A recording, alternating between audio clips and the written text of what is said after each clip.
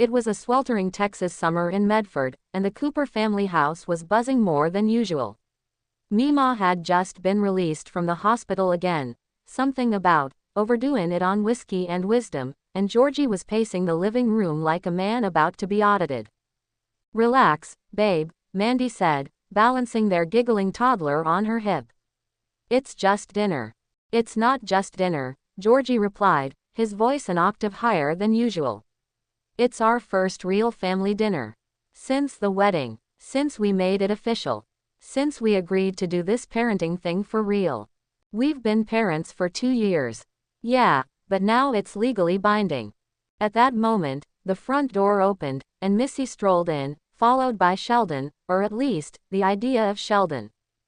Because Sheldon wasn't there. He was 1,200 miles away at Caltech, emailing fun facts about quarks and demanding a gluten-free chocolate pie recipe for scientific morale.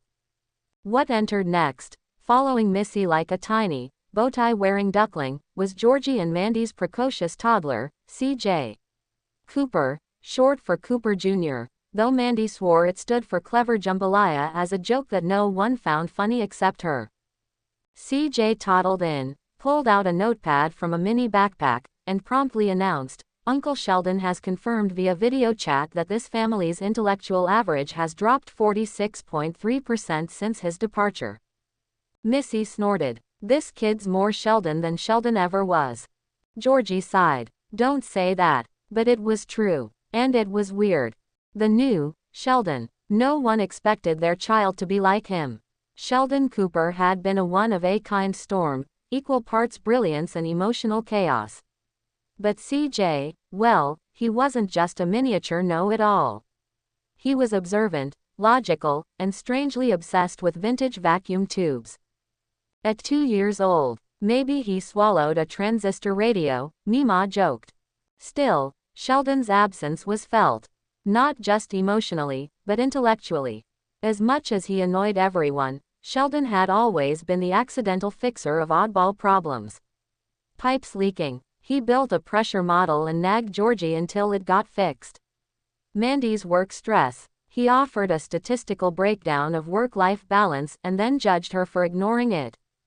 In his absence, Season 2 problems resurfaced. And by that, everyone meant one thing: the great plumbing mystery of the left upstairs bathroom. Return of the drip. It had started back in Season 2 of Young Sheldon, a mysterious, irregular drip sound that echoed through the night. No visible leaks. No mold. Just that drip, drip, drip, like water torture for Texans. Sheldon once attempted to track it using a seismograph he built out of a toaster and a metronome, but he left for Caltech before solving it. Everyone forgot. Until now. CJ didn't. At exactly 3:12 a.m. one night, he wandered into Georgie and Mandy's room, wearing footy pajamas and holding a whiteboard. There is an 87% probability the upstairs drip is originating not from plumbing, but from a misaligned HVAC condensation pipe. Georgie sat up. "Buddy, it's not even morning." CJ tapped the whiteboard. "I've created a hypothesis. Want to test it?" Mandy blinked sleepily. "You're 2.5, he said proudly. "I round up." CJ versus the drip. By noon the next day, CJ had assembled a team, consisting of Missy for muscle, Mima for snacks, and Dale for begrudging tool usage. They followed CJ up to the attic, where he laid out his plan using Lego blocks and string. "The condensation is being improperly drained. It's leaking back into the insulation. That's why there's no visible moisture, it's being absorbed. But the sound is traveling down the vent shaft." "Are you sure?" Missy asked, skeptical. CJ simply pointed. Below the insulation, they found it. A small, persistent leak, exactly where he predicted. Dale, stunned, muttered, "Well, I'll be, the tiny genius was right." By dinner, the leak was fixed. Mandy hugged her son. "You really are turning into Uncle Sheldon." CJ considered this. "I hope not entirely. He doesn't understand sarcasm or pie." Bridging the generations. Later that evening, while the family gathered for dinner, CJ took Sheldon's usual chair. It was accidental, or maybe it wasn't. He peered over the mashed potatoes and asked, if entropy always increases, is this why Uncle Sheldon never wanted kids? Meemaw burst out laughing. Kid, I like you. Georgie just stared at his son, a complicated mix of pride and fear in his eyes. I thought having a family meant I'd finally be free of having to understand what the hell Sheldon was talking about. Mandy nudged him. Look on the bright side. This one actually likes you. CJ nodded. You make excellent grilled cheese. It elevates you above Uncle Sheldon, who claims to be above dairy.